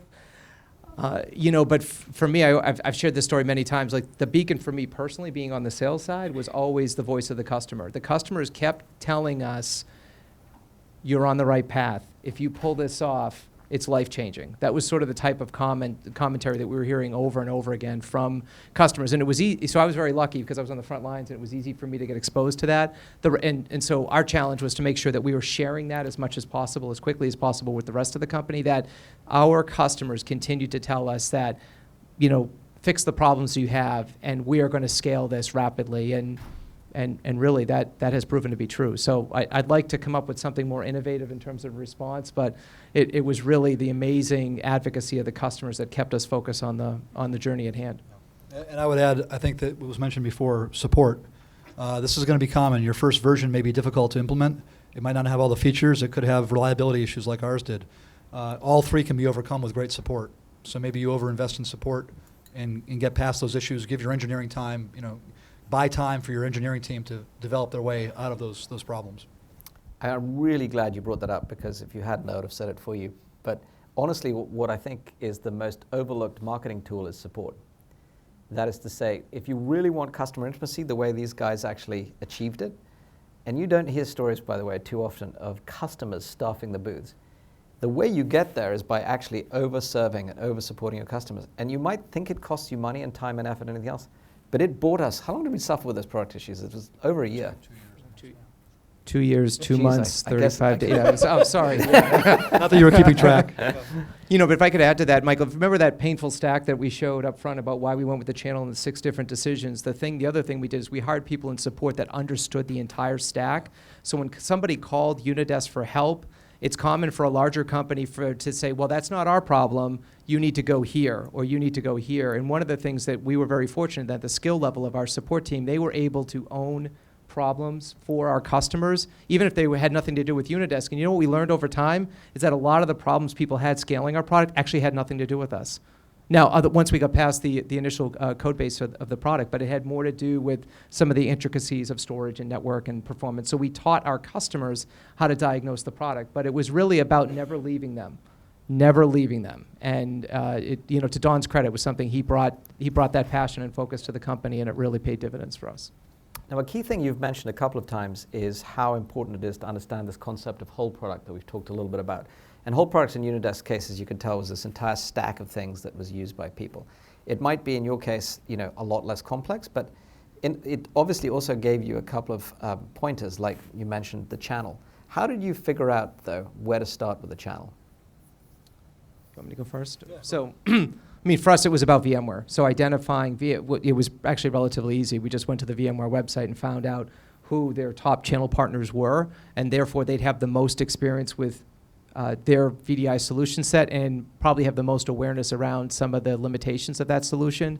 And so what we did is we would start by targeting them, and to Michael's point earlier, when you start to looking at the actors, or you sort of define who the key contacts are within the channel, we started with the folks that we wanted to gain technical mind share within the channel partner, because once we had the technical mind share, the sales team would fall in place. So we made a decision to really arm our team and to get into a cycle that was highly technical to engage and activate the channel partner, which made it easier for us to extract pipeline from them. Actually, that just reminded me of something. So when you're looking at building your channel, you're going to have the same challenges with your channel that you have with the target customers. So there's actors in the channel as well. And as Brian just said, there's always a technical gatekeeper who is the person that decides what new technologies they take on and which they don't. And if you go right to the C-level or the sales folks, they don't have the authority. It's that technical gatekeeper. And we got turned down a couple times by some of those guys who didn't believe, but we got a bunch of them that did. The one little tip I'll give you, which Unidesk could probably give you examples of too, is be careful not to run to the channel before you've proven how you're actually solving a problem for the end customer first. I see you guys nodding, but I don't want to encourage you to just think that, oh, channel's an answer to being a multiplier for every case, because until you've got customers buying and the channel is actually seeing that, it's actually going to create a break for you to try to go through a channel. So I don't know whether you have any stories of that or experience of it. But well, absolutely. Actually, I'll just add that's a great way to find your channel, is win the customer first, then ask them who they buy from, and then go to the channel partner and say, I just sold your customer. Would you like to be involved in this? So that's how we've really recruited a number of our channel partners, is by winning the customer first. It's amazing how much credibility you get when you have the customer first. Yeah, it's a good point worth reinforcing. So we didn't go out and recruit the channel. Now we're at the phase where we're not out recruiting channel partners. Everything is done through the eyes of the customer. So we're engaging with the customer. It's a hybrid model. So we're touching the customer and the channel partner, but all of it is being architected by the customer. Who do you want us to engage with to provide a better solution for you? So I want to change to a different topic, if I may, Andrew. So obviously, this is a B2B example tonight, but a lot of the social media techniques you're talking about would apply to B2C. Can you talk a little bit about what you think are some of the best practices you've learned that might be, for example, for either social entrepreneurs here or people doing B2C stuff? I think, so the quickest thing is just, find your customers, and then how do you engage them? How do you do something interesting? How do you stand out? But we used to run a lot of contests to get engagement on Twitter, on Facebook. Surveys are interesting to get feedback from the customers. Yep. Mike's going to talk about some of this stuff, but yeah. I'll prompt you on one thing, because I think it works extremely well in B2C, and you were doing it automatically, which is you were finding ways to engage in a conversation. Yep.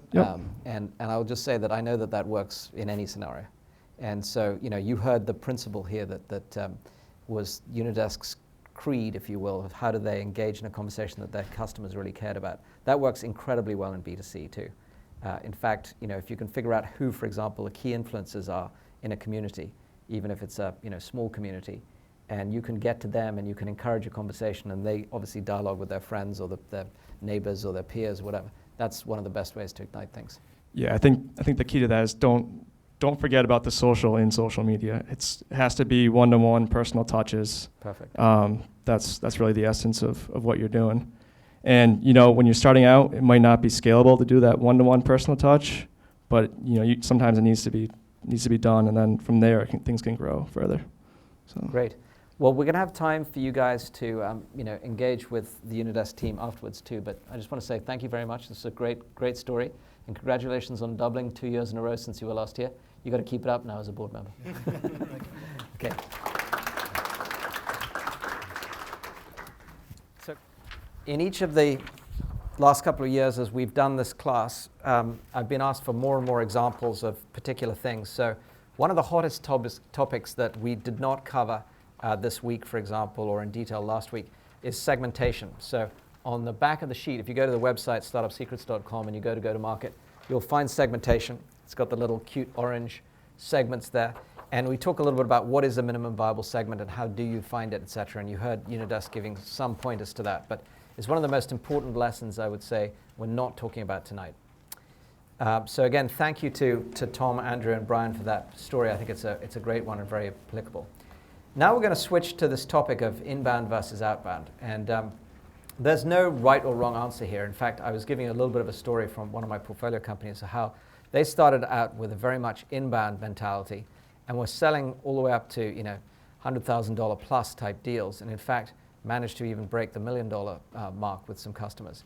But I do think that there's some people who would argue that at some point there's a crossover and you actually have to get a mixed model where you get outbound, et cetera.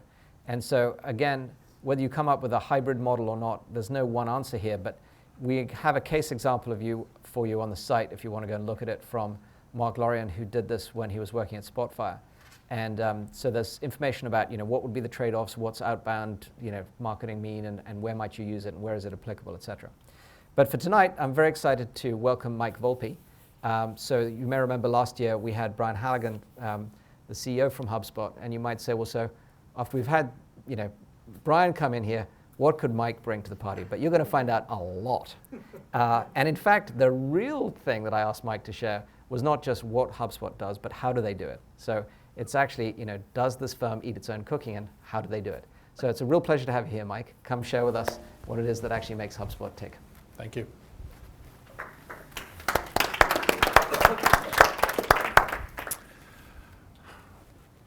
The first thing, just for those of you who don't know HubSpot, we're a software company. It's software as a service. It's a marketing software platform. And our big differentiation against a lot of other different solutions out there are two things. One is we focus on inbound and we really enable inbound. We're big believers in inbound. I'll talk more about that in a minute. And the second thing is that we're a big all-in-one platform. So we have lots of different tools all in one place. So rather than using one system for social media and a different system for blogging and a different system for marketing automation and something else for personalization in your website and something else for lead scoring and something else for analytics, we put all that stuff into one platform so it's all in the same place and it all connects.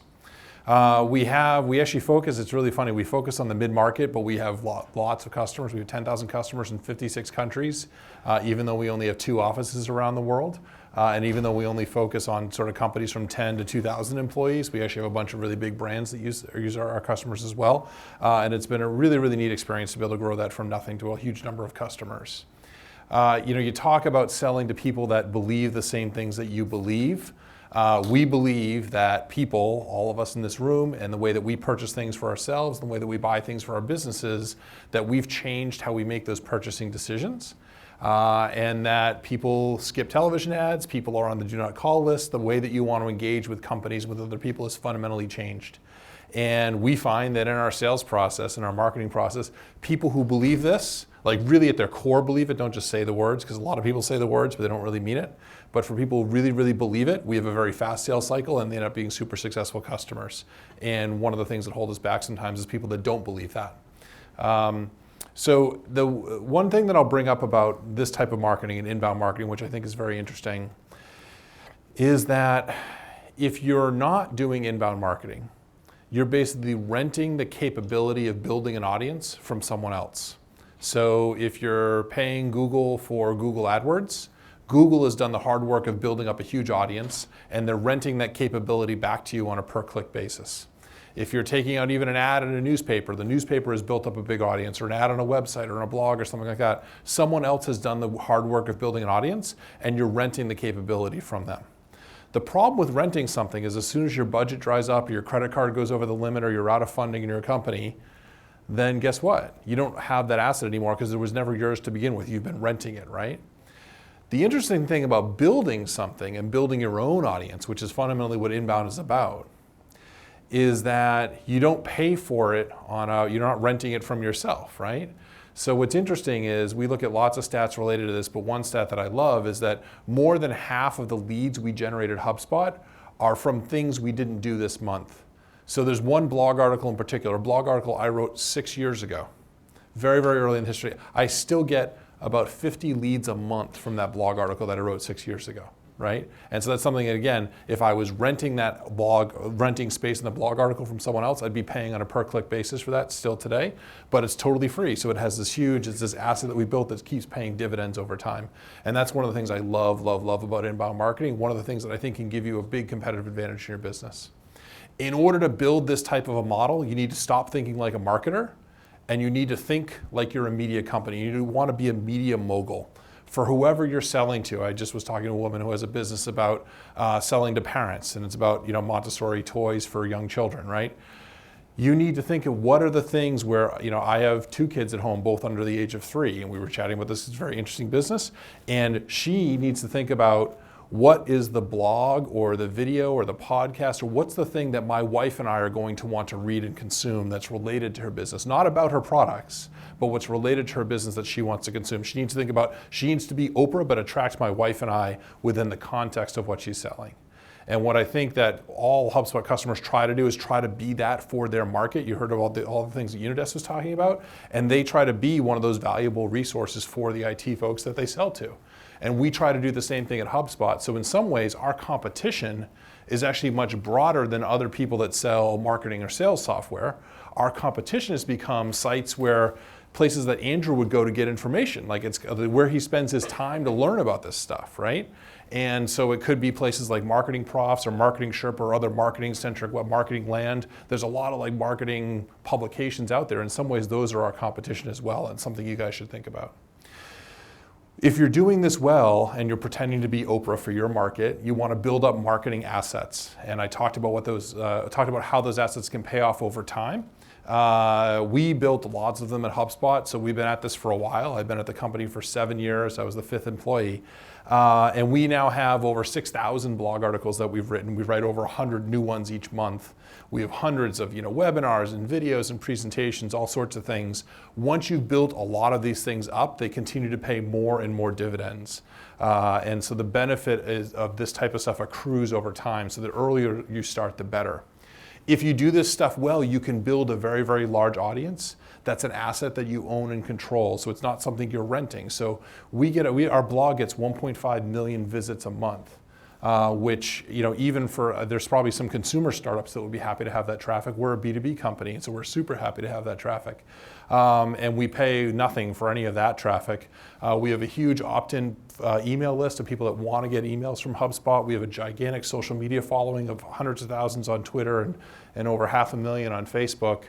We have a LinkedIn group with over 100,000 members. We have 56,000 people that follow our company on LinkedIn. We've built this really, really big audience by doing this inbound stuff really well. And that means that I continue to have interactions and attract more people to our company at a really, really low cost because I'm not paying for any of this stuff on a metered sort of advertising kind of rate.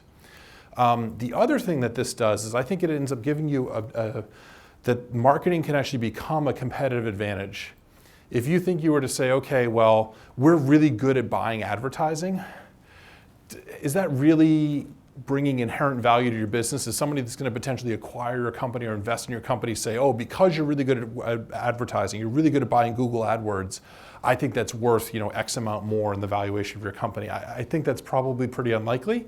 But what I would argue is if you're in an industry where you have more Twitter followers than Salesforce.com, more people linking to your website than Salesforce.com, more Facebook fans than Salesforce.com, those are things that those are assets that you can actually leverage and use that to get more customers and to grow.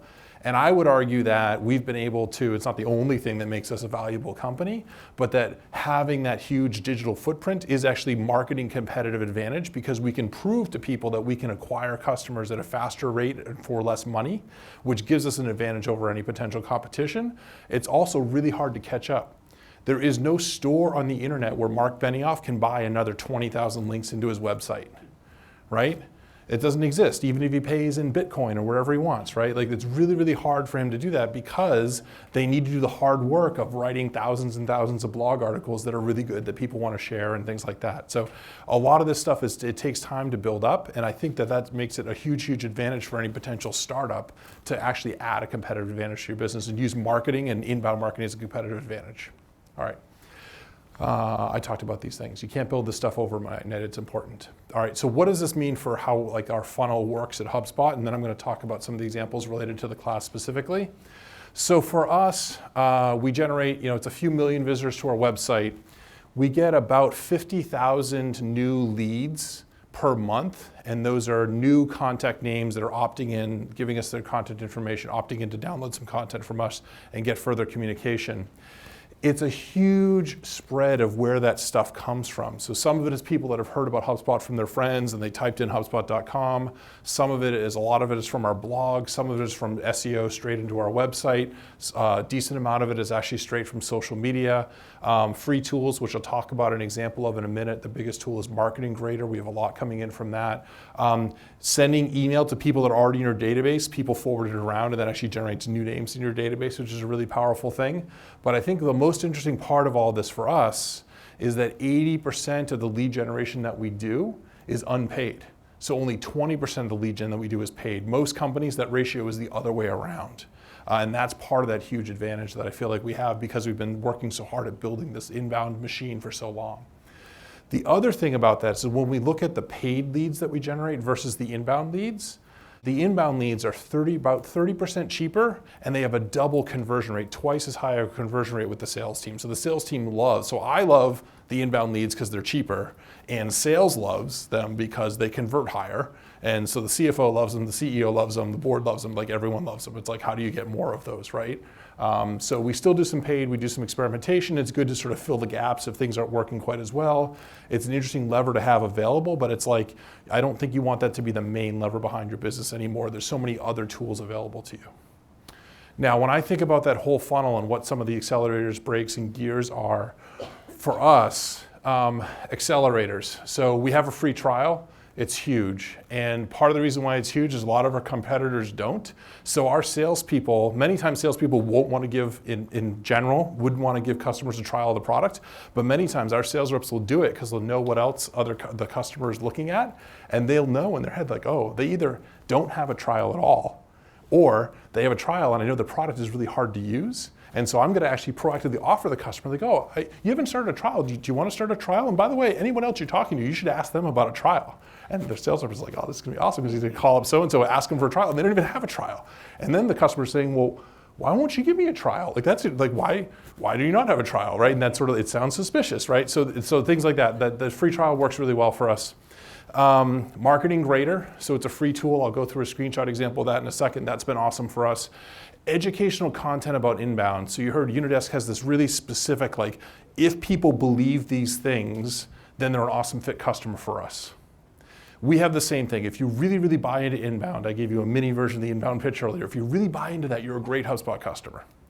Part of what we do in marketing is educate the world so we have more people that end up believing those things. So in many ways, I'm sort of building my own cult or trying to build my own religion to get people to believe the same things that we believe. And I'm sure that part of Unidesk's strategy over time is to get more people to believe those things, because only so many people believe them today, but like, how do you grow the number of people that believe those things? So we do a lot of that stuff.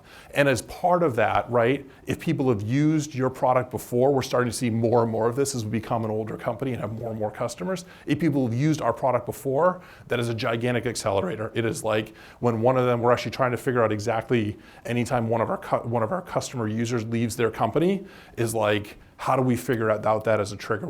It's really hard to do, but we're trying to figure that out because that's a huge accelerator for us.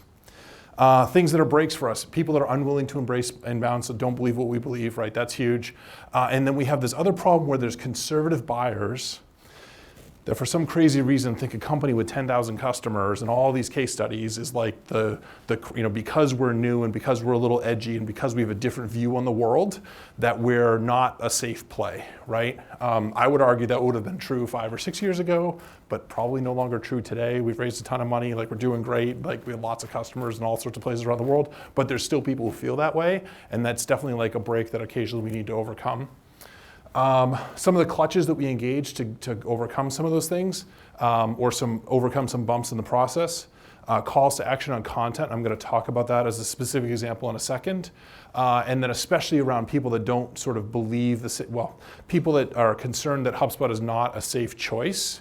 We have a whole new program. We're doing tons of what I would call reference selling, where lots more case studies. We're trying to do, actually, we launched 7 new case studies this month and 7 last month, so we've really ramped up the number of case studies we're publishing.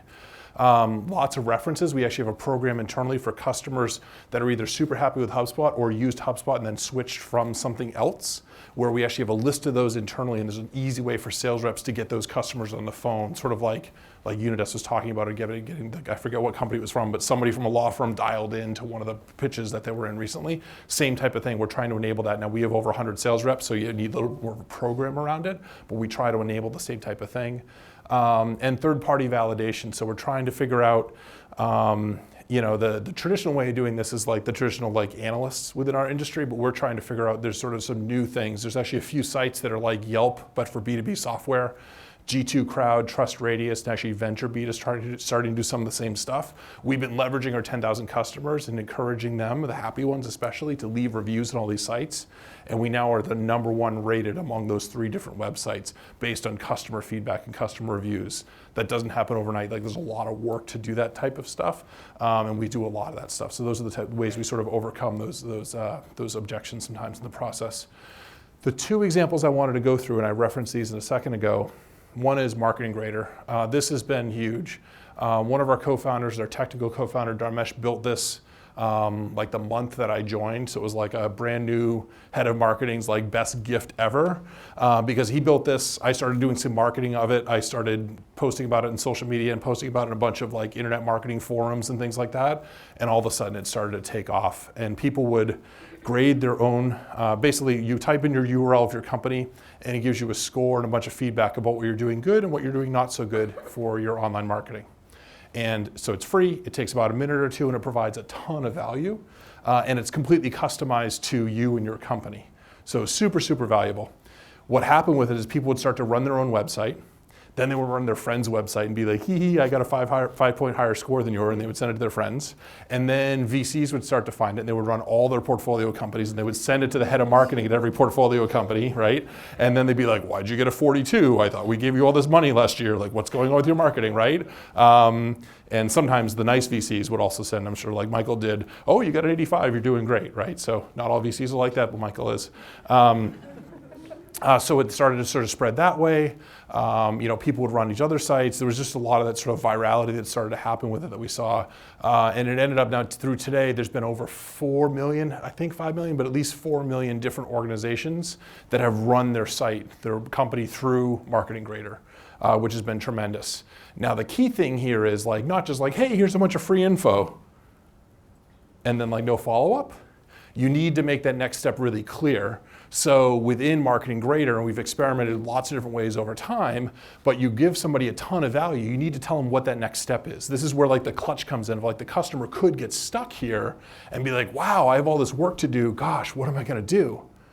But if you make it easy, you're like, hey, do you want an easy way of fixing all these problems? Like click this button and just do a couple more things, right? And so that's sort of the key here. It's like provide a bunch of value, but provide that next step. The next example I'll talk about is our blog. So the blog is how we educate, which is marketing speak for brainwash, people about how important inbound is, right? And we publish hundreds of articles per month. And we, on all sorts of different topics, mostly marketing and sales. We have a few other topics we cover. And so the blog is great. Here's one article that had 1,000 tweets and 500 shares on LinkedIn. So relatively, relatively successful article. This one's actually a couple years old. But the idea is the same. So you provide a lot of education, a lot of information. This is important. You get more people to believe the same things you believe, so they're more likely to purchase from you. That's great. But the issue here is you want to be careful. I can't tell you how many company blogs I go to, and it's like you read this article and you're like, okay, I believe more of the things that you believe. I think I'm a little bit ready. This is interesting, whatever. But there's no kind of like, what's the next thing to happen, right? So the key with the blog is at the bottom of every single article, you have to add a call to action, and you have to let the customer know what they should do next. When we went from not having these calls to action to having them, we tripled the number of leads from our blog within like a week. It was and this is something we've been talking about for years, so more and more people are starting to set this thing up right. If you want to get extra sophisticated here, you can start to target the call to action according to the content of the blog article. And if you want to get even more sophisticated and get even better results, you can also target it by where that person is in your sales process. So for those of you, any of you in this audience that are a HubSpot customer, you'll come to our blog, you get at the bottom of the blog article, and you'll see something like, hey, thanks for being a customer. Have you registered for our inbound conference in September, right? If you have never been to our site before, you'll get something that's a little bit more education. It'll be about, hey, in this case, here's an article, and it's like, okay, well, here's an ebook about how to create lovable marketing campaigns. Very, very much early on in the sales process, we still have more brainwashing, more education to do before you're ready. If you're somewhere in the middle, maybe you've downloaded one of these before and you're talking to a sales rep, maybe the offer will be, hey, to start a free trial or something like that. So we try to get relatively sophisticated here, but at a basic level, the first thing to do is make sure you have a call to action, make sure you're offering a customer that next step of the next thing that they should do in the process. And then all of these link to a well-optimized landing page, so you're gathering information. That's sort of like the key things there. So I'm happy to, I think Michael and we were going to maybe chat for a moment or two. I'm sure there are hopefully a lot of interesting questions for folks, but those are at least the basics that I was thinking of in terms of this presentation, this class. So first of all, thank you very much. Thank you. It's hard to cover an entire subject in a few minutes. A few minutes then, but you did a great job. So we have a question that came right up, so I'm going to just bring it up right away, which is, how much of this could be applied to the mobile apps business, and how would you might think about it if you're developing mobile apps? Obviously, we've got somebody in the audience who's doing that. Yeah, there we go. So I think mobile apps are interesting. I think a lot of the same principles apply. So when you think about ranking high in search engines, all of the app stores are essentially a search engine, and there's such a thing as I'm sure if you know anything about mobile apps, you're thinking about how do you do app store optimization. So that would be the first potential thing. So it's like thinking about the same concepts of SEO, mostly apply there. I think the second thing would be that idea of providing value as early on as possible, and you can do that through either a free version of the app and making the whole app free, and then doing in-app purchases in order to get revenue, things like that. I think things like that can be really, really effective. I would say those are probably the big examples. I'm sure there's a million more, but yeah, I think the interesting part of the mobile app business is typically the revenue per customer is so low that it can be really, there are some ways to do some cheap mobile advertising, but typically you need to figure out how to make that inbound really work well. And some of it may come from virality within the app itself, so you use existing customers to get more new customers, things like that too. Yeah, so the question is basically they have a recommendation app where people are making videos and doing recommendations of products, services, it sounds like businesses, and how do you get that to grow? That sounds to me like there's potentially a really big opportunity to tie into existing social networks. Right? I think a lot of apps sort of grow by piggybacking on, and you can imagine do you want to post this video recommendation to Facebook, and then by the way, let all your friends know on Facebook that you're using this cool new app. A lot of Pinterest growth in the early days was because they kind of spammed the Facebook feed, right? And if you can, I think the big thing there would be to tie into a lot of the other existing networks, and you have to think about what the right ones are based on your right customers, whether it's these days Instagram or some other, right? So I think there's a bunch of potential things there, but I would try to leverage existing social networks. That sounds like it could work well, maybe. Great. Other questions before I ask one? Hi. A large proportion of the work that you're doing is underpinned by content. How do you staff up, and where do you proliferate that content from within your own organization, and how much of your marketing time does that take? Yeah, about 15% of our marketing team is completely 100% dedicated to producing this type of content. And then out of the other 80% of the team, they spend some portion of their time. So we spend a lot of time on this stuff. The way I would think about it is, I actually, earlier today, I'll give you an example. I was talking to the guy, our VP of content, he heads up our whole content team, and he's talking about how he's structuring the team, and he just hired somebody new, and he's making a couple changes, and what he's gonna do to scale up and drive more leads through our blog. And he basically said, okay, if I can have one more person, I think I can write this many more articles, et cetera, et cetera, et cetera. And by the way, I already cut a deal with the guy who runs the paid advertising budget, that as long as I can do this many new blog articles, that he'll give me X $1,000 per month so I can go hire the new person. And I'm like, perfect. This is exactly what should be happening. And when the team was smaller and I managed the whole thing myself, that was what would happen. So I would take dollars that we had traditionally put into advertising and try as much as possible, as soon as I could find good content people, to hire them and spend the money there instead. Yeah. What's the profile you hire to? So if 15% of your marketing team is content people, Yeah. are you hiring writers, PRs? Where are you finding the content developers? Yeah, more. So I have like an hour-long presentation about like that particular topic, about organization of the team and the type of person. We use an acronym called DARC, D-A-R-C, and that's kind of for marketers in general, but it's digital, analytical. They have some level of reach and also content. Around the content role specifically, I think the bad news for the journalism industry, but the good news for the marketing industry, is that journalism is a rough industry to be in now. And it means as a marketer, you can hire lots of folks that have a journalism background and are great at content into roles where they can create more content for your company. So I think more of a journalism kind of content role can be really, really effective. The tough part comes when you maybe have a topic area that is so technically detailed that a journalist might not be able to pick up enough of it to credibly write content for that audience. So Unidesk is, I would say, potentially, I don't know enough about it because I'm not smart enough, but potentially a type of company where the people that are blogging for their IT folks, you might need someone more sophisticated than a journalist. And that becomes a little bit more difficult in those instances. And then you can do things like maybe use a journalist, like it sounds like they have a marketing person that listens to the customer webinars. So they have the customer create content, so you can use customers to create the content, and then maybe have a journalist or a marketing person kind of try to polish it up and reformat it a little bit and do some things like that. So that's one solution. You can also just hire an industry expert and actually turn them, instead of doing using their technical skills, to actually make that outward facing and create more content. So it sort of depends. And that can exist in the consumer world too, because there are sometimes that consumer products that have a high degree of sort of knowledge about them sometimes. But the fundamental answer is hire more journalists. You talked about the need to kind of start this process for creating these marketing assets early, and I'm wondering how early. So is there a point where, it's too early in the process to start doing that, or no matter what, as long as you're kind of putting out quality content about your product and leading to it, that's a good thing to start?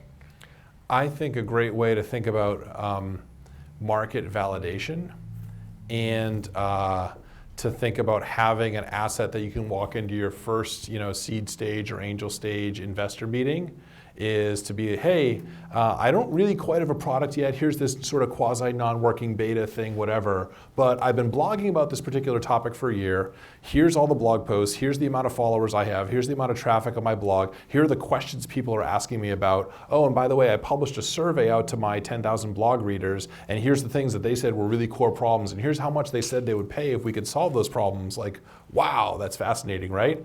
As opposed to walking in and having a company where you're spending all this time building the product. I think that right now, because it's so relatively inexpensive to become your own publisher and build an audience today, that to me, I would start doing that before the product. And by the way, if you can't effectively build an audience to read your blog, then you probably are in the wrong market or thinking about something wrong.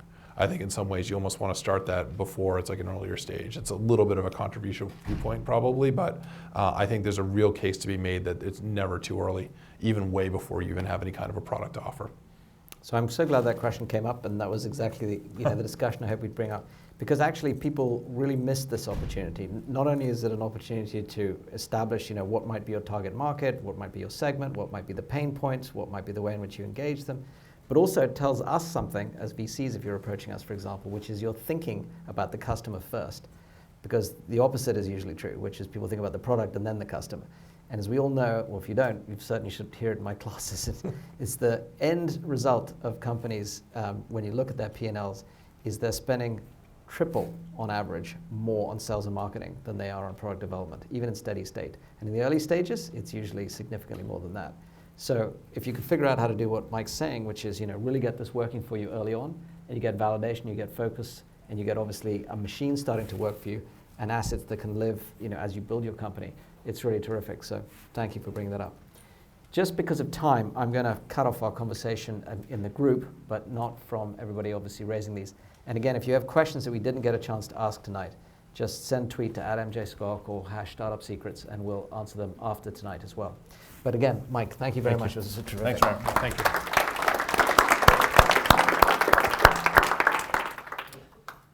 Okay, so that brings us to the end of our formal agenda tonight. And I think just to sort of remind you what we've covered here, we've really picked on a few of the key areas that help you hopefully think about a framework of building your marketing and sales cycle and an understanding of the various different steps that you might go through.